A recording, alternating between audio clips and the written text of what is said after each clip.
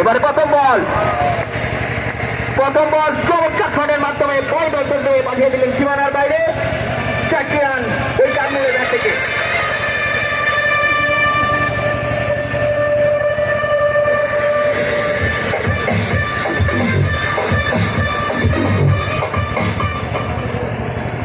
এই সাথে দলীয় রান 73, 3 উইকেটের বিনিময়ে 0709।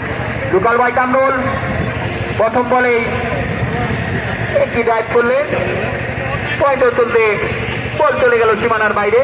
4টি রান।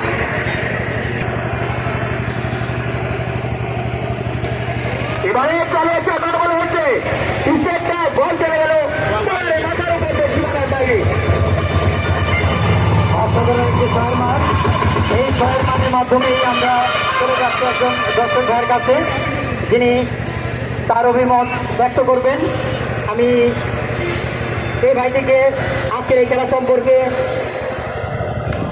তার মতামত এবং তার অনুভূতিটা শেয়ার করবার জন্য অনুরোধ করছি। ভাই আপনার নাম?